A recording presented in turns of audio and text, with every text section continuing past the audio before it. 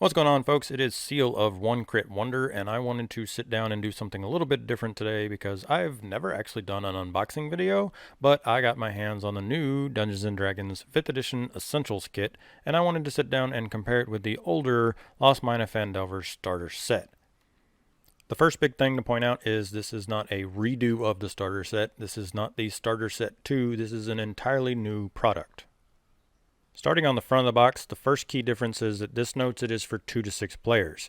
One of the big gripes I had about the starter set was it was balanced for a certain number of players plus one dungeon master, and there was nothing really provided in the kit to teach new people what they needed to do if they only had 2 or 3 party members opposed to the full set of 5. Next, we'll note down at the bottom, one says everything you need to start playing.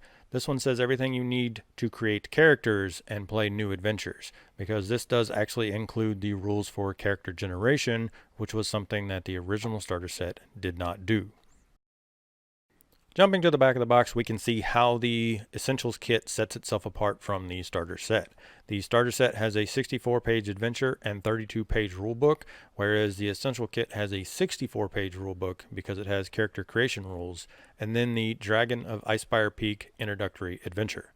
The starter set has 5 pre-generated character sheets and 6 polyhedral dice, whereas the Essential kit has 6 blank character sheets. You have the rules to create your own, and then the 11 polyhedral dice. It includes 2 20-sided die so that you can roll using the advantage mechanic and not have to roll the same dice twice.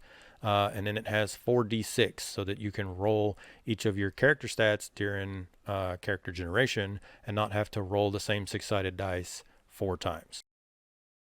While the starter set stops there, the Essentials kit includes a Dungeon Master screen, double-sided poster map, 81 cards for conditions, magic items, sidekicks, and initiative, and then a box to keep them in. But it also includes codes for discounts and digital products on D&D Beyond.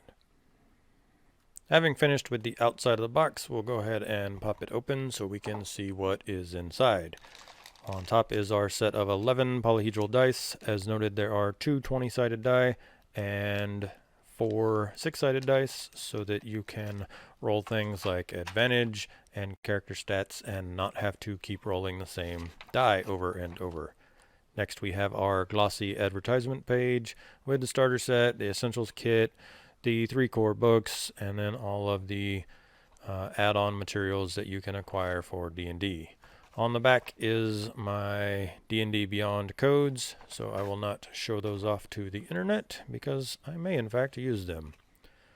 Next up is our little cardboard guy that you can fold into shape, and then there are 81 cards in here. That'll be a handy storage box for them. We come to our first book, which is the adventure book itself. It is soft cover, about 1/8 of an inch thick. On the back of it is just a map key of what the different maps mean, but this is the adventure itself so that you can face the dragon at Icespire Keep. Next up is those 81 cards that it mentions. The first one is initiative. Whoa, crazy. It's just the numbers 1 through 9. They're on perforated cards so that you can tear them out. If you are determining turn order, you can just hand each person what number they are in the order, and then no one has to remember. Next, we have conditions and then combat. So on the back of the combat cards, we have combat step by step.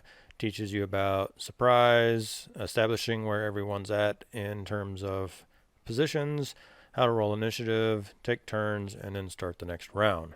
Our conditions are just a breakdown of what each condition is, so that if somebody was to become stunned, you would just have the card for stunned, hand it to them. As long as they are stunned, they can quickly reference what that means, and when they are done, give it back to the Dungeon Master. So the next page is just more conditions, and then we have sidekicks. On the back is a quick breakdown of what each of them are. I believe the stats for the sidekicks are in the adventure book, and I'll break down what sidekicks mean more later. Next is a set of 9 quest cards. I will keep it quick on that side so that there are no spoilers.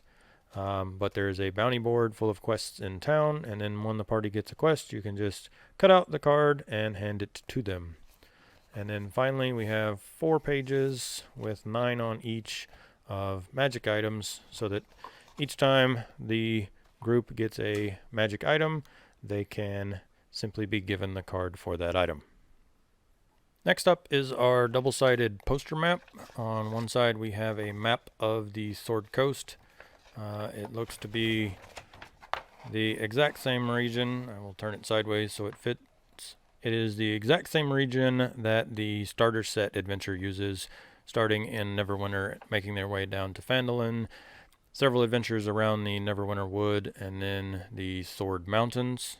This adventure, considering this is the Dragon of Icespire Peak, I imagine it takes place at least partially in Icespire Peak. So the interesting thing to note here is that this map would actually be a good handout to have for the starter set itself. So the extras in the Essentials kit can actually enhance your starter set adventure as well. On the other side, we have the map of the town of Phandalin, which is the town from the starter set where many of the quests are picked up before the party leaves and heads across the Sword Coast to do stuff and come back. So again, both sides of this map are actually very useful for the starter set. So I actually really enjoy that. Next up is the Essentials Kit rulebook. This is the actual game rules for making characters and playing the game. The back is a quick reference for conditions again, just like with the cards that you can hand out. And then it is 64 pages, includes spells, the rules for playing the game, and then unlike the starter set, it includes rules for creating characters. We'll go more into depth on it in a moment. We move on to our Dungeon Master's screen. It is one of the thinner cardboard kind. It's not the thick stock as the official Dungeon Master screen or the rehash of it, but those cost you 10 or 15 bucks. So considering that the starter set did not have one, the fact that this one has one at all is impressive. We have our actions in combat, a quick reference of the conditions again, and then our quick reference tables for making, setting DCs or travel pace, encounters, how cover works, light, all of those quick things that a DM wants to look at in quick reference and not have to go flipping through the book. Jumping over to the other side, it's got actually some pretty amazing artwork, starting with the hero characters on their adventure and slowly changing as it makes its way through orcs and other baddies, and then to the white dragon, which I assume is the big bad culmination of the adventure as the dragon at Icespire Peak. And then finally, in the bottom of the box is our 6 blank character sheets, because again, this includes the rules on how to make your own. So I kind of wish it came with pre-gens and blank sheets. That's just personal preference. But there you have it. There is everything that's in the kit. So let's look at some of the books and stuff in more detail. If we start by comparing the two rule books, the original starter set rulebook is 32 pages and is basically just a bunch of pages stapled together at the spine. So pretty flimsy, but basically just magazine pages, whereas the Essentials rulebook, 64 pages, actually has a spine, no staples, a spined book, so much more durable, and actually has, you know, a cardstock cover to it. So it's more of a book than just a packet of papers. The starter set rulebook, I do not believe contains anything that you cannot get in the free basic rules online. However, looking through the Essentials Kit rulebook, it does look like there is some stuff that you cannot get in the free online rules. So let's go ahead and get this guy out of the way and take a little more in-depth look at this guy. So as we look into the rulebook itself, we will see that there are a few things that are not in the basic online rules, particularly the Bard is included in here. Normally the basic rules just have cleric, fighter, rogue, wizard. And then to go with the bard, we also have the entertainer background. The rest of the layout looks to be mostly the same information as the starter set book and the basic rules, just not necessarily in the same order. And then I was wrong. The sidekicks are in the rule book, not in the adventure book. So this book, the very last thing before the back cover, is where we will find the information for our sidekicks if you are playing with one player and one GM. So we have our classic how to play, and then we jump straight into character creation rules. A lot of the typical stuff from the free basic online rules. The artwork is pretty great. Like I said, we have Bard, which is not in the free rules, so just by buying the kit you get more than you can get for free online. And then it's interesting, they actually list these spells by level for the class in the classes sections instead of at the back of the book with the spells like in the original starter set. That may result in some flipping back and forth as you go back to the back of the book to read what the spells are and then have to flip back to the class to move on to the next spell, but that would kind of come down to personal preference on that one. And same thing for the wizards. The spells that you get are listed here, and then you can go back to the back of the book to read about them. As we get into our classic soldier, sage, acolyte backgrounds, and then we do have entertainer, which is not in the basic rules online. We have our playing the game, our actions in combat, which is also listed on the DM screen for quick reference, but this way the players can also have a rulebook to look through. The equipment is all stuff out of the basic rules, the player's handbook. It's all the same information, just formatted slightly different. And then it actually lists out the magic items. The magic items from those perforated cards are listed here in this book. So I don't know if all of these appear in the adventure. I would imagine they do, but Boots of Elvenkind, some +1 weaponry, a +1 shield, a collapsing 10-foot pole, a necklace of fireball. There's some actual legit pretty cool magic items listed here in the book, and then like I said, they are on those cards that you can hand out. The final chapter is all of our spell casting, then the list of spells so that you can see which each individual spell does, and then the final thing is going to be our appendix of sidekicks and how to level up the sidekicks as the characters level up. It looks like each sidekick is basically broken down into an expert, a spellcaster, or a warrior, and then you have stats for each of them. So that's pretty cool. And then on the back we have our conditions. As we compare the adventure books themselves, we see that the starter set is again magazine-like, glossy pages with staples at the spine, whereas the Essentials kit is another softcover book with an actual spine and a thicker front cover. The starter set has the table of contents on the front, and the Essentials kit has it inside.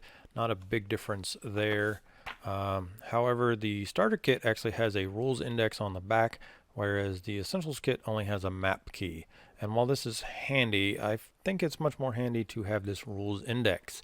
Whoever is GMing, if one of the players has a question, since the GM will be reading out of this book, whereas the rule book is more likely out on the table with the players, if someone has a question, the GM could look at the back of the book and say, yeah, you need to go to page 32 to see about the invisibility condition, whereas this doesn't give us much information, and there's not immediately something to that sort inside of this book or outside of this book.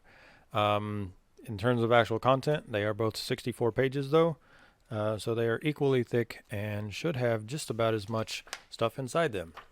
We'll go ahead and get these starter set out of the way though, so that we can jump into a better look at what's in this book. If you plan on being a player, this is your last warning that there will be spoilers going forward, so go ahead and do yourself a favor and jump to this timestamp so that you do not ruin the adventure for yourself.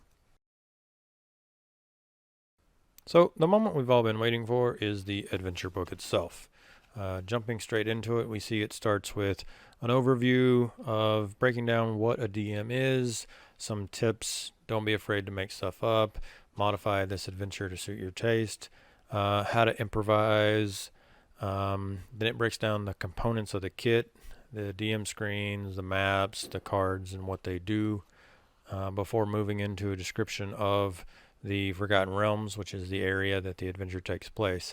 It is the same area as the adventure from the starter set, and while most of the map is the same, some of the locations are new and not included in the starter set itself. So this is the GM's version of the map with all of the locations on it. The poster map has those hidden so the players don't know where everything's at. The interesting thing about this is first session actually starts with character creation, and there's a whole paragraph here telling GMs that it is okay to have what is essentially session 0. You all get together, you build your characters, and you go, okay, everyone is set and ready to play. However, due to time, we're not going to play tonight, and we'll come back, and the next time we'll get right to the adventure. If you have time left over, you can start, but don't be afraid to just have your first session be, let's everyone build characters, make sure that everyone's characters are built correctly and sorted, and then we'll jump straight to the adventuring the next time we all meet. It talks about your character options and then running for multiple players, and then our sidekicks. If it's just you and one other player, you use a sidekick to help balance the combat. One of the things that the starter set did not do is kind of give any options if you did not have a full 5-person party. If there was just 2 players or 3 players, then it was up to the game master or the dungeon master to kind of cater the fights so that it was a fair fight, but it didn't really break down how to do that. People have come and made websites and tools that will tell you, well, take out 2 goblins in this fight if you only have 2 players, but there was not something baked into the set itself. This will tell you if you only have so many players, then you should run this fight this way, or if you have a full party, then run it this way. So that's really a huge improvement in my opinion.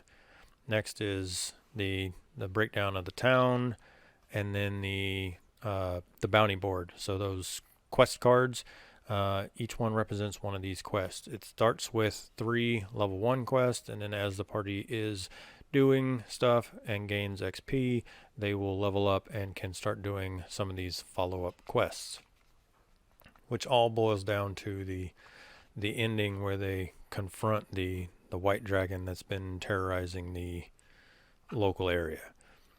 Each of the quests corresponds with a location. The locations are listed in alphabetical order, not necessarily the level order of the quest, but a good thing is each of the locations starts with a quick blurb saying this location is for characters of 5th level.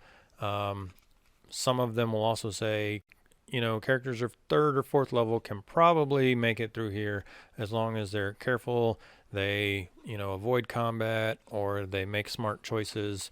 But it's really nice that each one starts with characters should be about this level before taking on this area. And that way you as the GM can kind of give the nudges that you need to if it looks like a level 2 party is about to head into a level 6 area.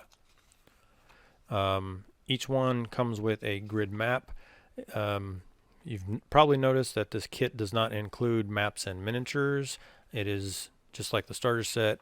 It relies on theater of the mind, but I think that is actually a better choice. And then if you have the supplies or want to get the supplies to actually draw out the maps or print out maps and use miniatures, then that's a choice that you can make. But it is not something that you necessarily need, especially with how rules light 5th edition is. So again, we're just flipping through all the locations. Some of these are interesting in that they are not tied to a specific quest. They're just locations that the party might end up at, or if they're looking for another place and either get lost or spend too long wandering, you can let them arrive at some of these locations, especially like up in the Neverwinter Wood. So it's great that they included more than just where every single quest is.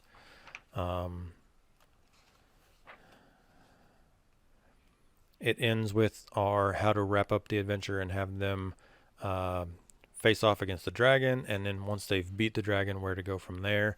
Or if for some reason you had, you know, a total party wipe where all the characters die, how you might make new characters and restart, and maybe even have them visit some of the same places.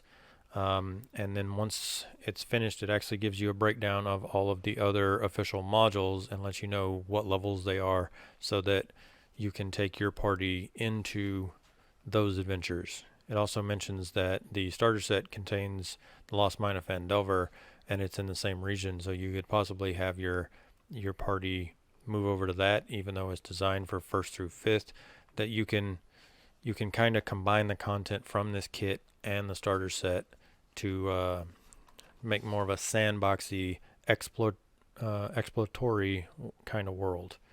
And then we finish off with creatures, stat blocks, their strategies. The one thing that's different from this, or from the starter set to this, is the starter set adventure has the magic items listed back here right before the creatures, whereas the essentials kit has magic items in the rulebook, the player's rulebook. So the magic items are not listed in here; they're in the rulebook and then on those cards. But the adventure and then the creatures in the adventure are all in here.